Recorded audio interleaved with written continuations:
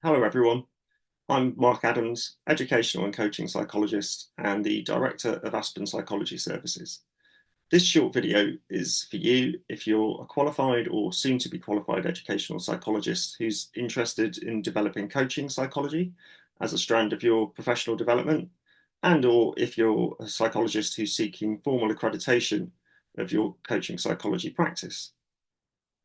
By the end of this short video, you'll understand the process for pursuing accreditation as a coaching psychologist with the International Society for Coaching Psychology, ISCP, and you'll have an opportunity to plan your next steps if so desired. The big picture of the stuff we're going to cover is we'll start off by looking at what is coaching psychology briefly. Then we'll think about how coaching psychology can be applied in education. Then coming on to the main focus of the video, which is how you can seek accreditation of your coaching psychology practice, about the International Society for Coaching Psychology, how you can move towards MISCP accred status with the ISCP, CPD opportunities that might help you to get there, both from Aspen and from elsewhere, and then auditing where you're at and what you might like to do next. So that's what we're going to cover. Before we continue, this is an important caveat, and I need to read it in full to make sure it's accessible to everyone. So, Aspen Psychology Services Limited cannot guarantee that practitioners following the process outlined in this video or its accompanying booklet will achieve accredited status with the ISCP, as the ISCP is an independent body and the final decision will rest with the ISCP on the basis of the application and evidence submitted. This video is intended to provide interested parties with guidance about the process, its requirements and its benefits, and CPD opportunities that Aspen Psychology Services and other providers can provide that will support practitioners on this journey. Ultimate responsibility for the success or otherwise of applications for accredited status rests with individual practitioners. Okay, so what is coaching psychology? As you're most likely aware, psychology has a long history of being associated with what some writers refer to as the killer Ds. By that I mean disorder, dysfunction, deficit, difficulty, and diagnosis. But it's been felt for some time that psychology has more to offer to society than the amelioration of distress or dysfunction. It was this desire for psychology to have a broader reach that led in the early 2000s to the emergence of positive psychology, a science of optimal human functioning that explored positive human traits and qualities and the conditions under which we can be at our best. Key proponents of positive psychology included Martin Seligman, Mihaly Csikszentmihalyi, and Barbara Fredrickson, for example. Closely aligned to this emerging new field was the discipline of coaching psychology. Now, this could be described as an applied form of positive psychology that focuses on the facilitation of goal attainment, enhancement of well-being, and positive change. Indeed, as defined by the International Society for Coaching Psychology, the practice of coaching psychology may be described as a process for enhancing well-being and performance in personal life and work domains, underpinned by models of coaching grounded in established adult and child learning or psychological theories and approaches. And the key component of that definition is the emphasis on our practice being grounded in evidence-informed psychological approaches. Anyone can call themselves a coach, and a coach might draw upon a wide range of methods. But in coaching psychology, we are drawing upon psychological approaches that are underpinned by an evidence base. In other words, in coaching psychology, established psychological principles and methods are applied in the context of coaching in order to support the performance development and well-being of individuals and groups. As regards how coaching psychology can be applied in education, well, there are a range of ways, as shown in this diagram I've adapted from the work of Christian van Nieuwenburg, John Campbell, and Jim Knight. Coaching psychology can be applied directly with children and young people to support them to achieve their goals and or enhance resilience and well-being. It can be applied with teachers and learning support assistants to support them in developing their practice. It can be applied with leaders to support them in their roles and help them plan strategic initiatives. It can be applied in the community, such as work with parents or community workers. Or, and this is an addition I've made to Vanua Bergatel's framework, we can train leaders, staff, or children in coaching skills so that they can hold coaching conversations with each other, and so that it builds capacity within the organization for effective change-making conversations to take place. So where's the evidence that this is effective? Well, here are a few examples. In 2007, a randomized control trial by Susie Green and her colleagues showed that a coaching program with young people could enhance levels of hardiness and hope, while also reducing signs of anxiety and depression. Similarly, in 2021, my colleague Dr. Jack Lee and I had a case study published of her work with a young person, supporting him to move towards personal goals over a series of sessions. There is evidence that applied coaching psychology can support teachers in terms of reduced stress, improved performance, and enhanced well-being. This was demonstrated in a randomized controlled trial by the late Anthony Grant and his colleagues in 2010, and also in a series of case studies that were published in my own book, Coaching Psychology in Schools, in 2015. We've also shown that the provision of terminally proactive coaching for staff and leaders can support performance development and well-being by ensuring that people have access to a regular, safe, reflective space in which they can reflect on their situations and plan how to move forward. And finally, there's evidence that training young people in coaching skills, yes, enables them to provide coaching support to each other, but it also equips them with broader life skills, such as how to listen properly to someone, how to empathize, and how to ask helpful questions.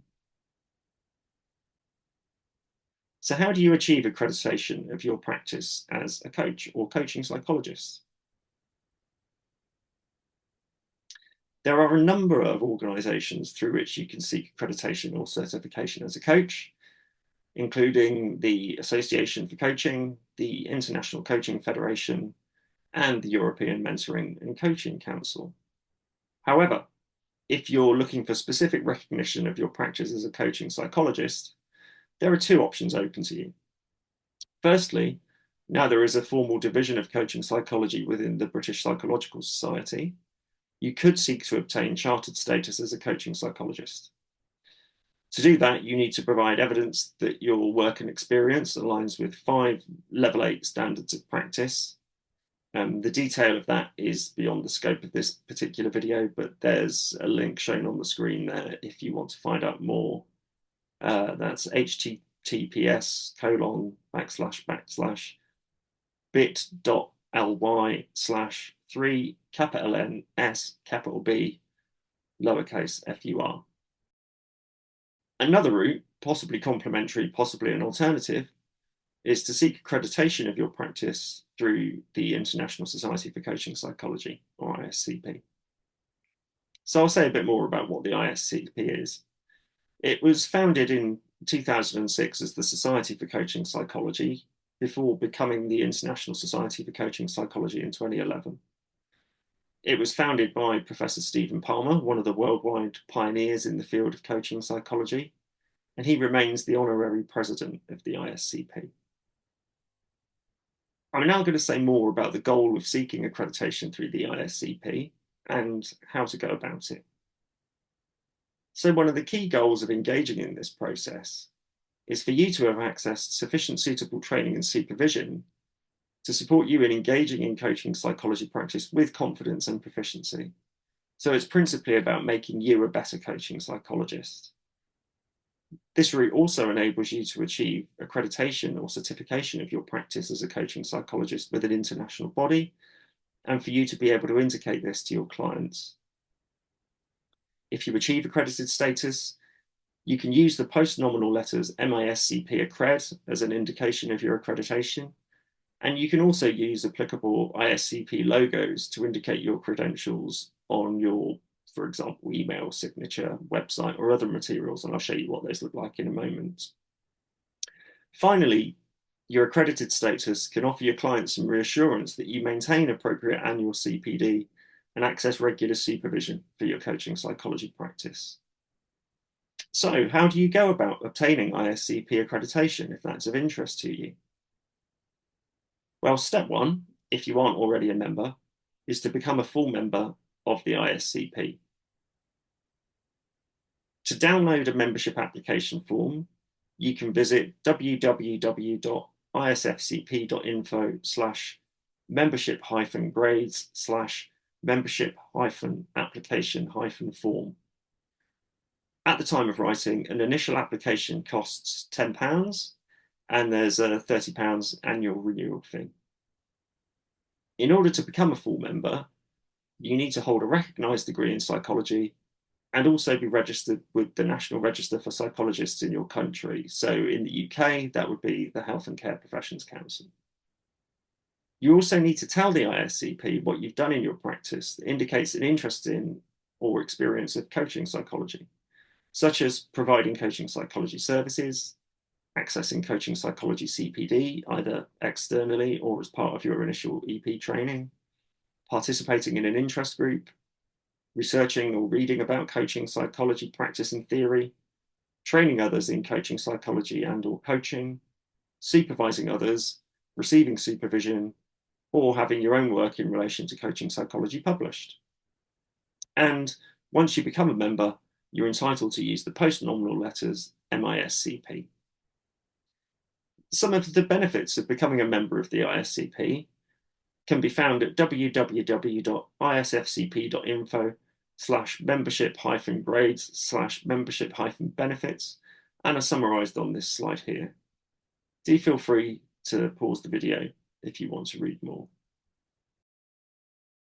As mentioned, here are some of the logos that you can use to indicate, for example, your accredited status, status as an associate fellow of the ISCP, which you obtain after being accredited for 5 years, accreditation as a supervisor, and another logo which indicates if your organisation is an ISCP approved training centre, which Aspen Psychology Services is. So, step 2 of the journey to accreditation, once you've become a member of the ISCP, is to gain 2 years of required CPD, supervision, and practice. The ISCP requires that you accumulate 40 hours of CPD per year, with 30 of those hours being specifically related to coaching psychology and 10 of those hours being general psychology CPD.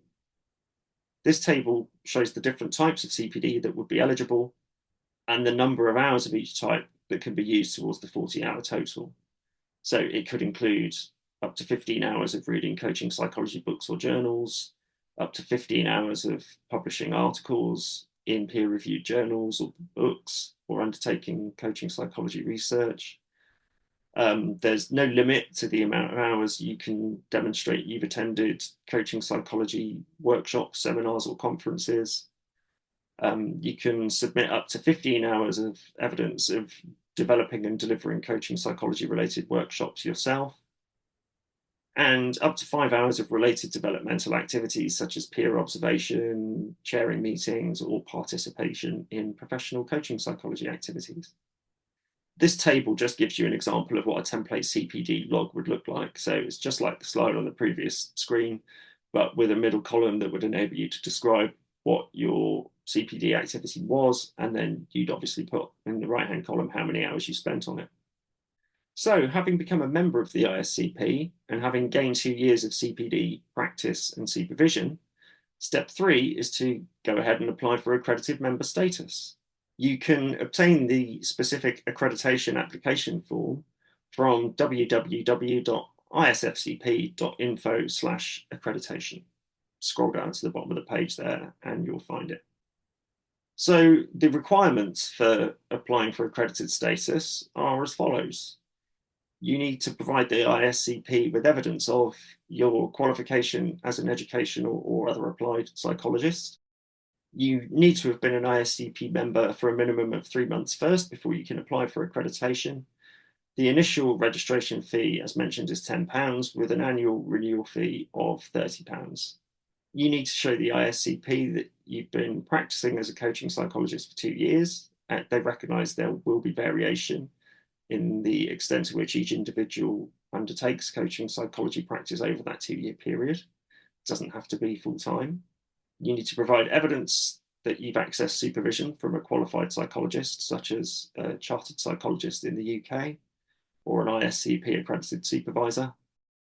You need to demonstrate evidence of professional indemnity insurance with a minimum of £1 million limit on the indemnity. As mentioned in the previous slides, you need to be able to demonstrate that over the last 2 years, you've engaged in 40 hours of CPD per year as specified. You need to provide a reflective summary of your applicant experiences as a supervisee, and you need to be able to provide an illustrative example from your own coaching psychology practice. And the application fee for accreditation is £150 at the time of speaking. I should say that if you are already a chartered psychologist with the British Psychological Society's Division of Coaching Psychology, you can apply for ISCP accredited status through a streamlined process. So please refer to the ISCP website for more details about that. Okay, so that's the process. How can Aspen Psychology Services, or indeed other organisations, help? As mentioned previously, Aspen Psychology Services is recognised as an approved training centre by the ISCP. We provide a range of coaching psychology workshops and CPD opportunities to support you in developing your coaching proficiency, moving towards accredited status, or simply some options that you can dip in or out of in isolation, depending on your CPD needs, requirements, and interests. Across the academic year, we're running 6 workshops that can support you in your coaching psychology development journey. The first 3 of those are Coaching Foundations, Solution-Focused Coaching, and Coaching for Resilience. More details about the dates of those workshops, the material they will cover, and prior participant feedback can be found on the Aspen Psychology Services website via the specific links shown on this slide. Then, we're running 3 more workshops that are designed to supplement your coaching toolbox and ensure the integrity of your practice. These focus on the themes of coaching for change, coaching for well-being, and coaching ethics and supervision. Again, you can find more details about those workshops and their content on the Aspen Psychology website. If you're looking for supervision for your coaching psychology practice, then we're both experienced and chartered coaching psychologists and would be glad to discuss a frequency of supervision that works for you. Whether you're just aiming to support your professional performance, learning and development, or are seeking to apply for accredited status as a coaching psychologist and need a supervisor's reference to support you in that process. Another option that might be of interest to you is our free coaching psychology interest group. This runs 3 times per year, enabling educational psychologists, trainee educational psychologists, and assistant psychologists to connect with others who are interested in coaching. The key focus of the sessions is giving you the opportunity to accumulate flying hours as a coach through peer coaching practice and helping you to keep in touch with the growing coaching psychology research base. The group is open to all EPs, TEPs, and assistant EPs, and no prior coaching experience is required. It's a lovely group, and if you'd like to join us, then you're very welcome. Again, please refer to the Aspen website for details, where you can sign up to the Aspen mailing list so that you're kept notified about dates and developments, etc. In terms of another provider where you might wish to access coaching training, I can strongly recommend the Centre for Coaching in London. They offer a range of courses, including 2-day primary certificates covering a range of themes, including performance coaching, stress management coaching, and positive psychology coaching, for example, as well as more comprehensive 5-day certificate programs, such as the Certificate in Coaching and the Certificate in Coaching Psychology. If you'd like to access a written summary of the process I've talked about in this video, you can request a free copy of our Aspen Psychology Guidance booklet through the resources page of the Aspen Psychology Services website. So that's www.aspenpsychologyservices.co.uk/resources.html. This document outlines how you can go from qualification as an EP, or your present level of experience, through to becoming an accredited member of the ISCP. If you're interested in doing some further reading, then this article may be of interest as a starting point. Coaching Psychology, an approach to practice for educational psychologists. This was published in 2016 and provides a historical overview of coaching psychology, explores what psychology can bring to coaching, and details a case study of coaching psychology in practice before concluding with some reflections and next steps. These two books might also be of interest since they bring together collections of papers from the Coaching Psychologist and International Coaching Psychology Review from over the last 15 years. And finally, if you'd like to read more about the detail of coaching skills and how coaching psychology can be applied with the adults in schools to support performance development and well-being, then you may be interested in my own book, Coaching Psychology in Schools, which was published by Routledge in 2015. Okay, that's been a lot of information to process. And so I'd like to invite you to take a moment to reflect on the following questions. To what extent are you interested in pursuing this strand of CPD? Where are you already at in relation to the goal of achieving accredited status as a coaching psychologist? And what might be the next steps for you? Do pause the video if you wish and consider what, if anything, might be the right next step for you. If you have any further queries about the ISCP, you can see if those queries are addressed on the ISCP's FAQs page, or you can contact them using the email addresses shown here: office@isfcp.info or membership@isfcp.info. Or if you have any queries about Aspen Psychology Services CPD offer, you can email me at this address, mark@aspenpsychologyservices.co.uk. Okay, so the objectives of this session were for you to understand the process for pursuing accreditation as a coaching psychologist with the ISCP, and for you to have an opportunity to plan your next steps if desired. I hope this video has been helpful in some way. So thanks for watching. If you wish, you can sign up to the APS mailing list via the homepage of the Aspen Psychology Services website for updates about blog posts, resources, services, etc. Or if you'd like to connect via social media, there are various ways you can do that shown on this slide, such as Facebook, Instagram, or Blue Sky. All the best, and you know where we are if you need us. Take care.